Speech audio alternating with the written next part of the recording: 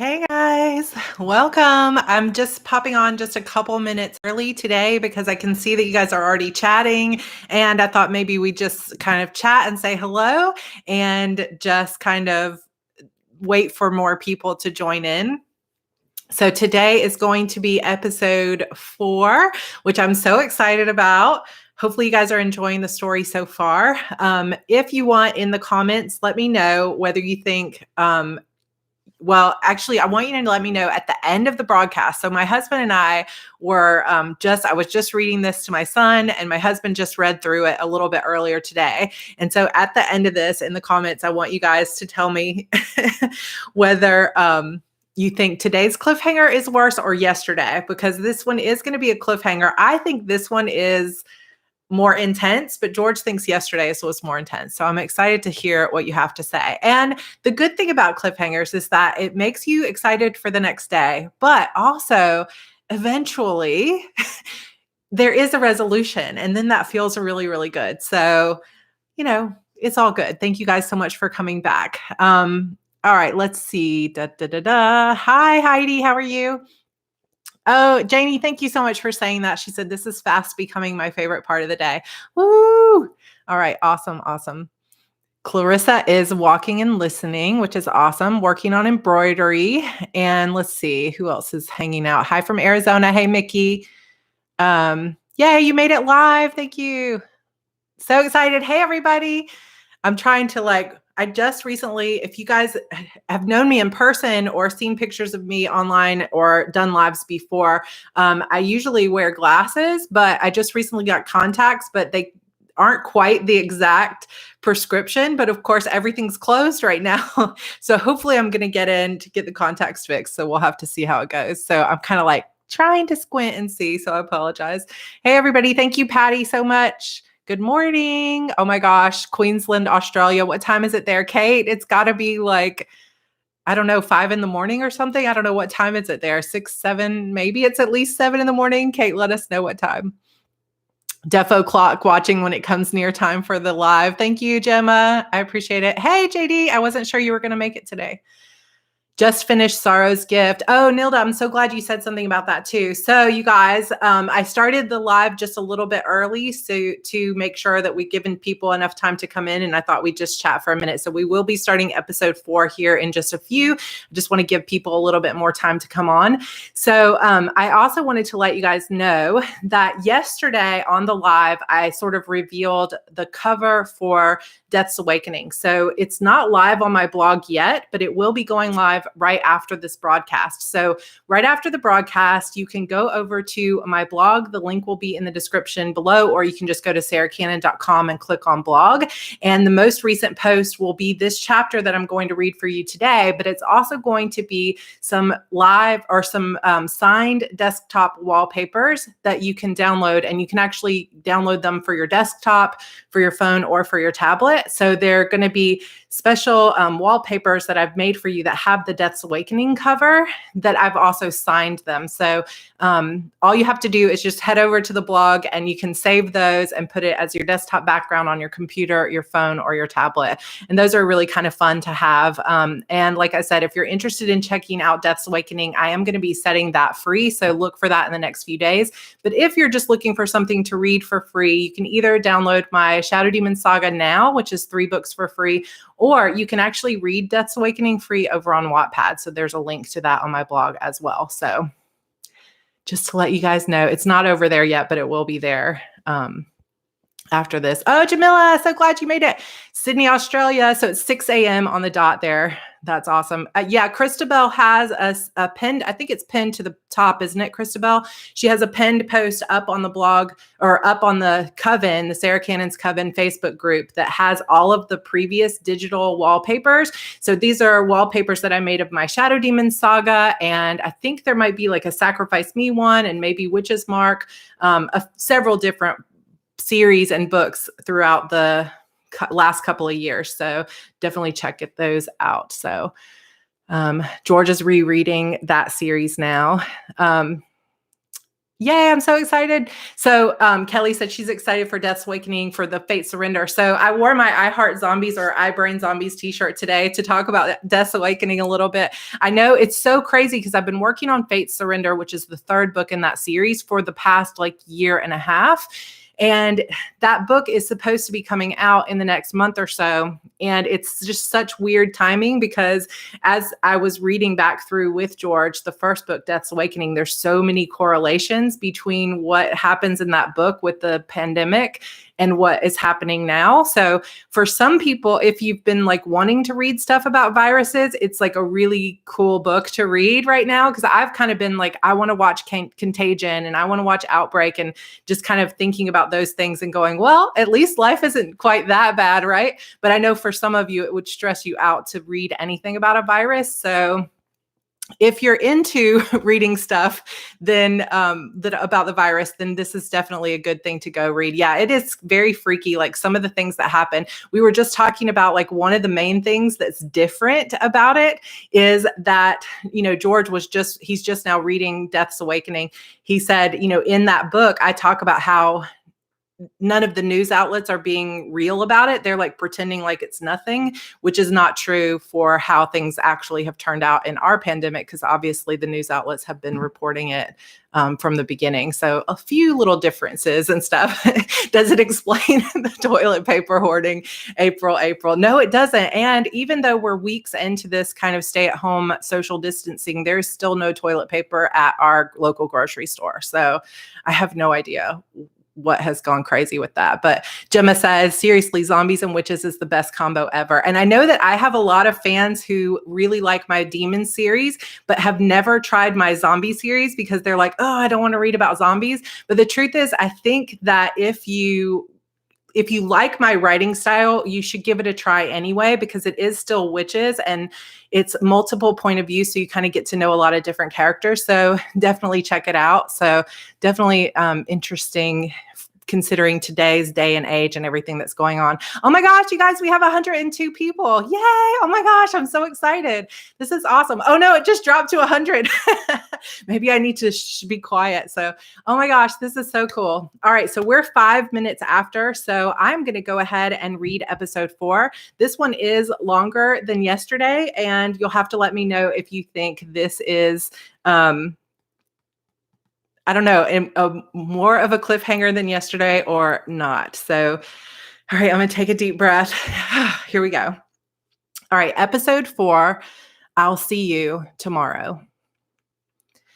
I did the stupid thing and looked behind me just to be absolutely sure Kai was talking to me, which of course he was. There was literally nothing behind me but the door to the house.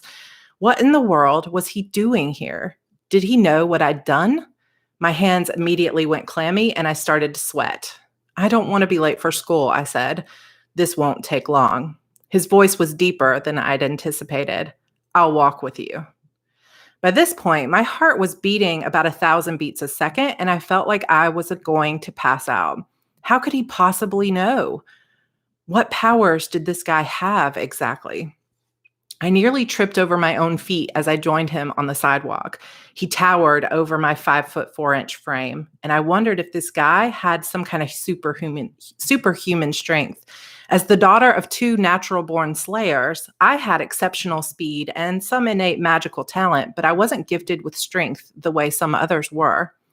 Maybe I should start bringing some kind of weapon with me to school, or would that get me kicked out? Yeah. Probably not a great idea for the principal to find a silver dagger in my backpack. Of course, until I figured out what this guy was, I wouldn't know what type of weapon would hurt him anyway.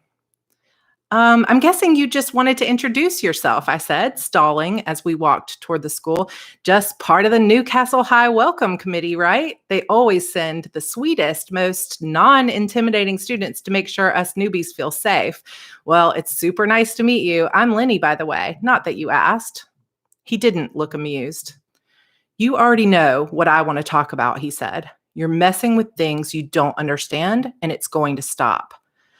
Well, now that just made me want to dig deeper. He obviously didn't have me quite as pegged as he thought he did. You can't just tell a rebellious teenager to stop. That was nothing but more temptation. Or maybe you want me to stop because I understand more about what's going on than you want me to, I said, stopping to look him in the eye. I had to look up quite a bit to get there, but hopefully I managed to look somewhat menacing despite the height difference. Okay, well, apparently that was amusing to him. He smiled, or maybe even smirked was a better word for it. You're what, 17?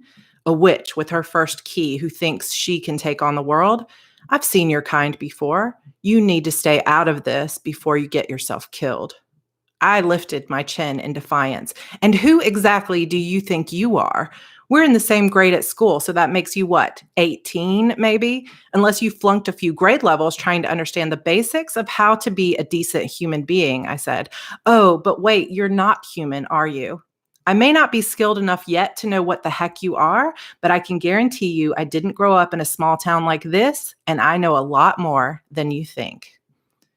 You stole my straw yesterday, didn't you? His eyes narrowed in on my face, which was probably turning pink right about now. He took a step closer, causing me to take a step back toward the wrought iron fence behind me. But you obviously didn't find the information you wanted from it. Can't you see you're in over your head, even from day one? He was standing so close, I couldn't breathe. He was right about me, and I didn't want him to be. How was it that he could see me so clearly and I couldn't see the truth about him at all? Who are you? I whispered. He put a hand on the fence behind me and leaned down so close I couldn't see anything beyond those dark eyes of his. They seemed to be looking inside me. I'm not your enemy, he said. Don't make me change my mind on that. You've had enough trouble this year. I'm sure the council would like to keep it that way. His words knocked what was left of my breath from my lungs. It was like he'd physically punched me in the stomach. He knew about me, about my parents. How do you know about the council? I asked, about my trouble. Are you a slayer? Word gets around the community when something like that happens, he said. For the first time since I'd laid eyes on him, he had a human expression on his face. Sorrow, empathy. I'm sorry for what you went through, Lenora. I don't want anything else to happen to you here, he said. Just stay out of it. Don't keep digging into my past or trying to find out anything about me. Leave it alone. And I'll do my best to make sure you're left alone too. His eyes locked on mine for a long moment before he pushed off the gate and started walking toward the school, leaving me standing there with my mouth open and my heart racing. Wait, I shouted, somehow managing to find enough strength in my legs to follow him. He stopped, but he didn't turn around. You know my name, my past. Apparently, you know everything about me, and yet you won't even tell me the most basic thing about who you are or how you know all these things, I said. Not exactly fair play, is it? You can't expect me to just turn away from that and pretend there's nothing going on here. What do you know about those missing girls, Kai? Did you do something to them? His entire body tensed. Before I could even blink, he'd grabbed my arm and pulled me tight against him. 1 second, he was 6 feet away, and the next, he was almost on top of me. And I thought I was fast. How did you do that? I asked, breathless. I'm not going to warn you again. Let go. Let this go, he said, loosening his grip on me. His dark eyes met mine, and I could see just how much this meant to him. He was serious about it, but there was something more reflected in his gaze. He was scared. But of what? Before I could say another word to him, I blinked and he was gone, mixing in with the crowd of students already entering the school. I was still just standing there in a daze when Peyton found me a few minutes later. Everything okay? She asked. You look like you've already had a rough morning and it's not even 8 yet. Did you have bad dreams last night too? Because I'm telling you, I had some really weird ones last night. Something about a cat in the woods. It was crazy, but strangely compelling when you think about it. How is a cat in the woods compelling? I asked, not exactly wanting to offer up information about how my day was going so far. Because it was a tiger or something. I was trying so hard to find it. I mean, it was just a dream, but my whole body hurts this morning. Like I was really running in my sleep, she said with a yawn. I'll be fine though. I just downed a double espresso at home before I got here. With any luck, that'll kick in any minute. Brandy joined us as soon as we hit the main entrance to the school, but she gave me a strange look. What? I asked. Do I have something on my face? Nothing you want to talk about this morning? She asked. What now? Was everyone just determined to grill me about my business today? These people barely knew me. Not that I can think of. Why? Her jaw dropped open and she smacked my arm. You've got to be kidding me, she said. I saw you talking to Kai on the way in this morning. He was practically all over you. I have never, and I mean never, seen him get close to anyone like that. Since when are you guys a thing? Peyton screamed and grabbed my arm. Apparently, that espresso had just kicked in. What? You talked to Kai this morning and you weren't even going to mention it? She asked, she pushed me toward a corner and they both blocked me in completely. Tell us everything. Don't leave anything out either, Brandy said. This guy has been a mystery since he first got here. We need details. Ooh, what's happening here? Olive asked, her eyes twinkling as she approached. I felt like some kind of caged animal. Lenny's dating Kai, Peyton said. We're trying to get her to spill the beans about it. Oh, come on, I said, my cheeks warming. We're not dating. My mind was spinning, trying to come up with any kind of story that would make sense. I didn't exactly want rumors flying about me dating Kai Richards. The guy was already angry enough as it was. Well, you were definitely talking to each other and getting up close and personal from what I saw, Brandy said. As of yesterday, when we left Sir Bean, you had never so much as talked to him. What happened last night that you aren't telling us about? Peyton asked. Her eyes narrowed, but then she broke out in a huge smile. I'm so excited for you. I mean, I knew you were pretty, but I had no idea you were such a siren. No one has been able to get his attention in 6 months, and you bag him in a day. I groaned. I haven't bagged anyone, I said. We just ran into each other on the way to school this morning, and I introduced myself. While we were walking, I tripped and snagged my backpack on the fence. He helped me untangle it. It was totally innocent and completely embarrassing. He probably thinks I'm such a klutz at this point and will never talk to me again. Oh, Brandy said with a pout. Well, dang. I thought maybe you guys had made a connection or something. I wish, I said with a laugh that I was sure came off sounding too fake. Well, at least now he knows who you are, Peyton said. That's a step forward, right?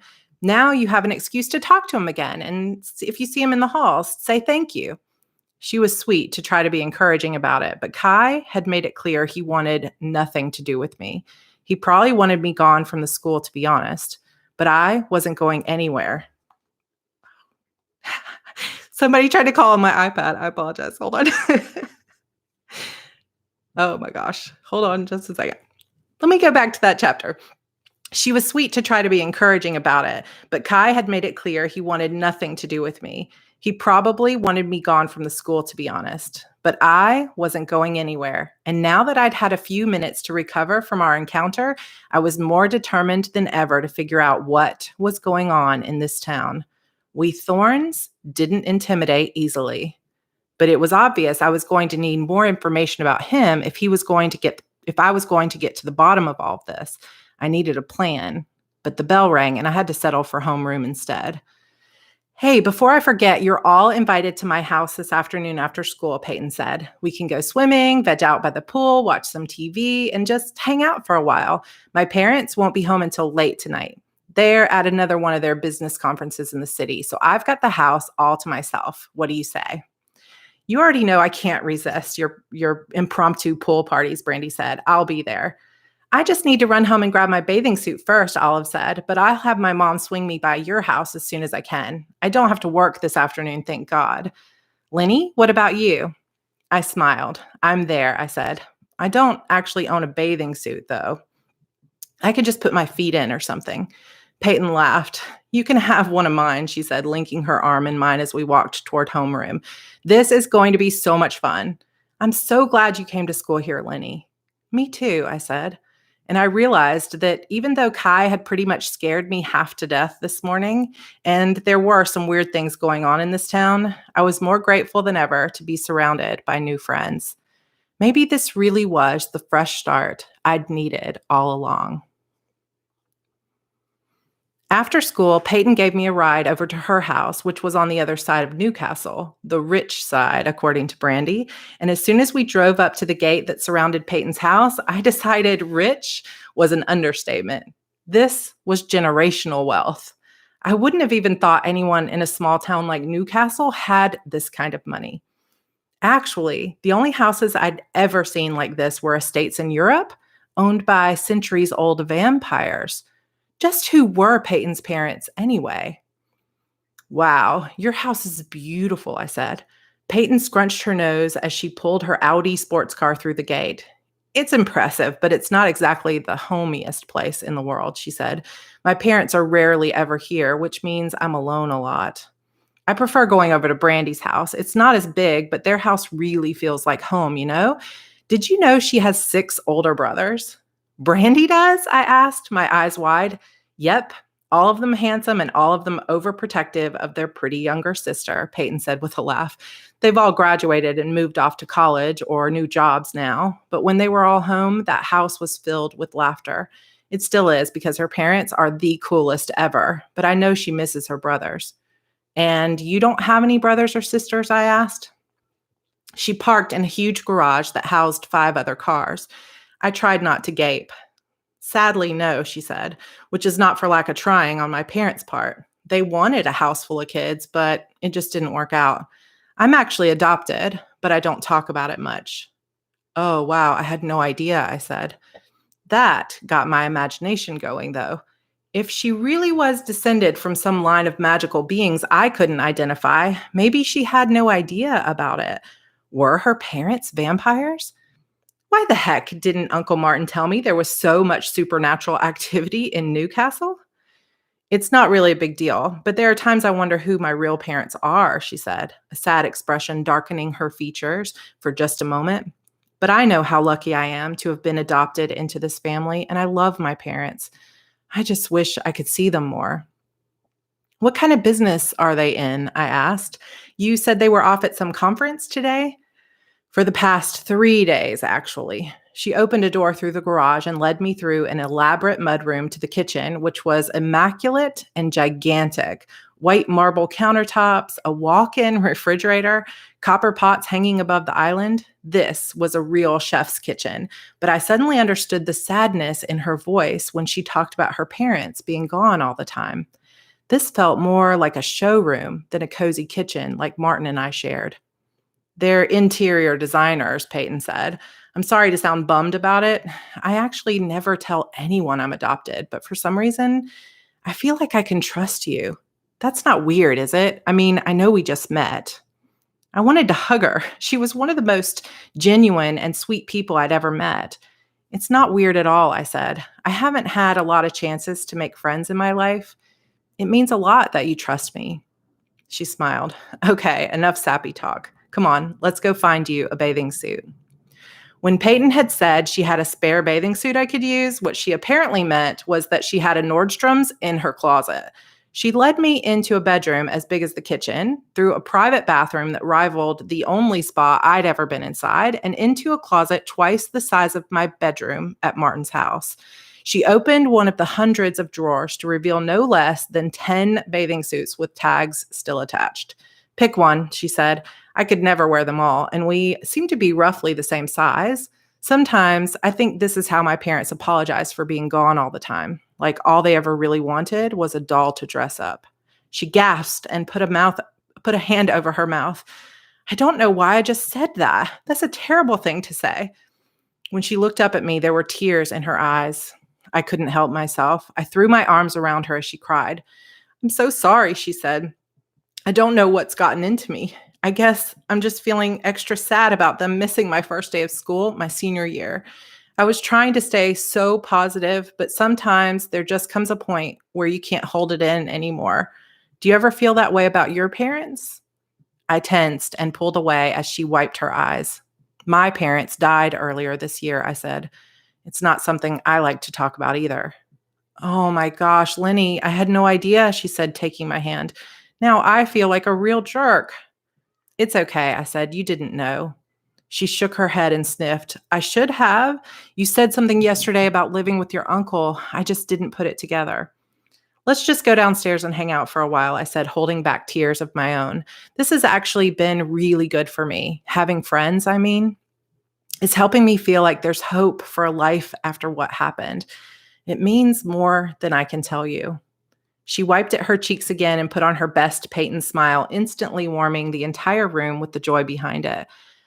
No matter how dark things feel sometimes, there's always something to be grateful for, isn't there? She said. Right now, I'm feeling extremely grateful for good friends. Get dressed. I'll meet you downstairs. I chose a black bathing suit, one of the only ones that wasn't a teeny tiny bikini, thank you very much, and headed back down to the kitchen. By the time I got down there, Brandy was there in her bathing suit, and Olive and her mom had just arrived. Mom, this is the new girl I was telling you about. So nice to meet you, Lenny.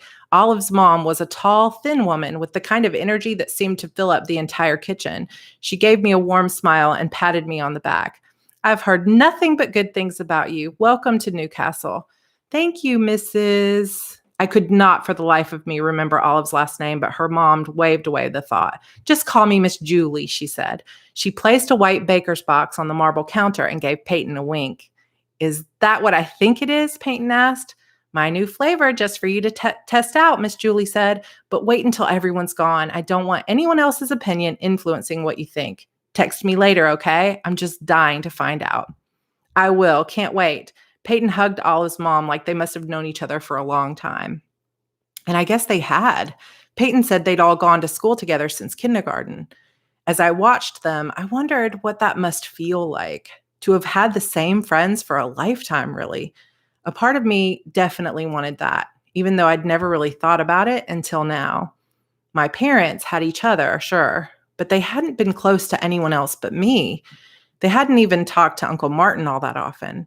We were like a closed family unit, and even though it had seemed lovely at the time, I suddenly realized there was so much I missed out on as a kid. I'll be back to pick you up in a couple hours, Miss Julie said. You girls have fun. Be safe. Thank you, Olive said. Love you. When she was gone, Peyton smiled and threw up her hands. We're alone, she said. Race you to the pool. With that, she ran straight out to the pool and jumped in. Laughing, we all followed her in and had the best afternoon I'd ever shared with girls my age in my life. Later, Peyton gave me a ride home and her eyes grew wide when she saw the house. Wait, you live here? She said, equal parts wonder and fear in her eyes. Everyone says this is a haunted house. I didn't even think anyone lived here anymore. I moved in with my great uncle after my parents died. He keeps to himself a lot, I said, but it's definitely not haunted. Looking at it from this perspective, though, I could see why people would say that. It was a dark house in all respects. A massive Victorian painted a dark gray with black trim and a black roof. Even the windows looked dark with Martin's thick curtains covering them and no light showing through from inside. Maybe I needed to talk to him about installing some outside lights to make the place look more inhabited, especially if I ever wanted to convince people to come visit me. So I'll see you tomorrow, I said, opening the car door to get out. Peyton touched my arm and a flicker of warm energy flowed through me. I smiled. Definitely not fully human, but what? It was going to be a lot of fun to find out. Hey, she said. Thanks again for listening to me earlier. It was really nice to get that off my chest instead of holding it all in for a change. It means a lot. That's what friends are for, right? I said, smiling. Definitely, she said. See you tomorrow. I waved goodbye as she turned around in our driveway and headed back toward her house. I'd never felt so close to someone who wasn't family before. And even though I really liked Brandy and Olive too, there was just something about Peyton that felt so warm and true. It was as if we were kindred spirits, destined to be friends. As I walked back into the house, I felt this warmth deep inside. It felt like hope and comfort for the first time in a really long time. Like everything was going to be okay, despite Kai's warning or the missing girls. Somehow, it would all work out for the best. But in the morning, as I strolled up, actually excited for another day at school, I noticed the scared looks on everyone's faces as I passed. People were huddled together, whispering and holding hands. Some people were even crying. I found Brandy and Olive holding each other near the picnic tables out front, and I rushed up, my heart racing.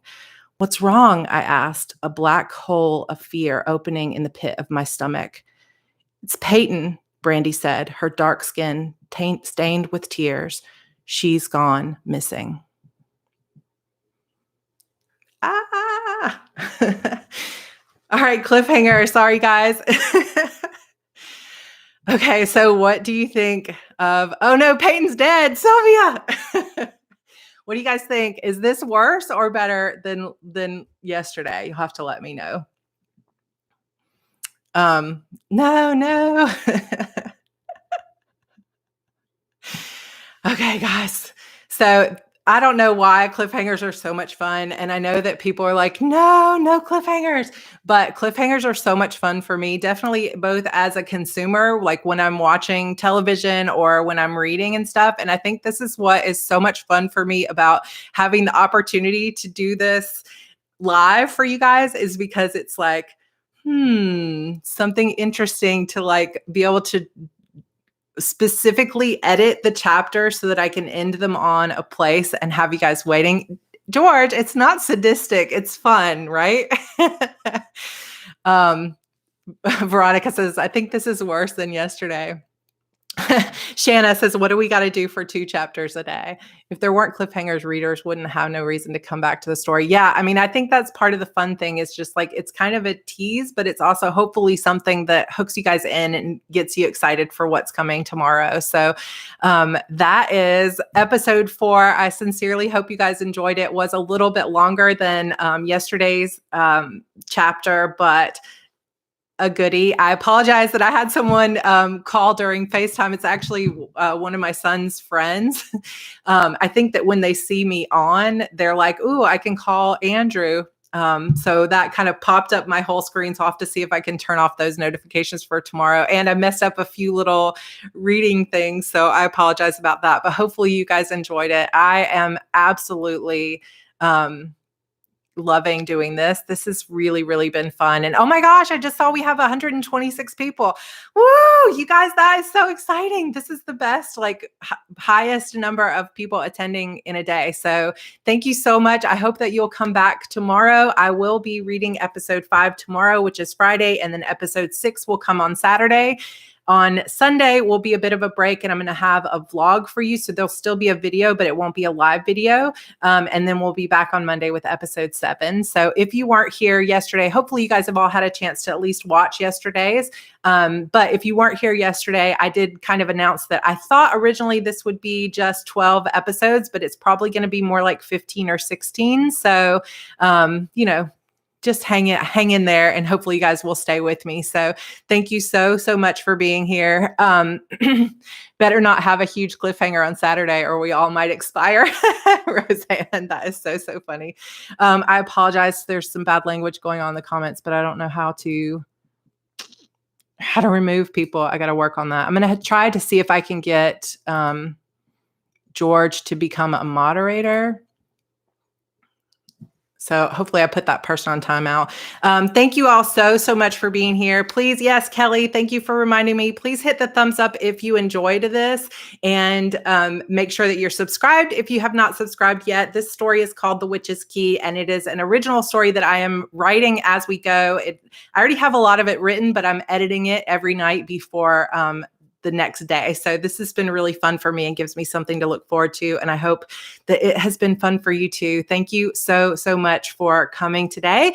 And I will see you guys tomorrow. Don't forget too, that over on my blog, shortly after this live broadcast is over, I'm going to be putting some digital wallpapers that have my signature on them. And the new cover for my book's my book, Death's Awakening, is going to be up on the blog. If you want to get those, you can get them for your phone, your tablet, and for your desktop. So yay, awesome. See you guys tomorrow. I love you. Thank you so much for coming.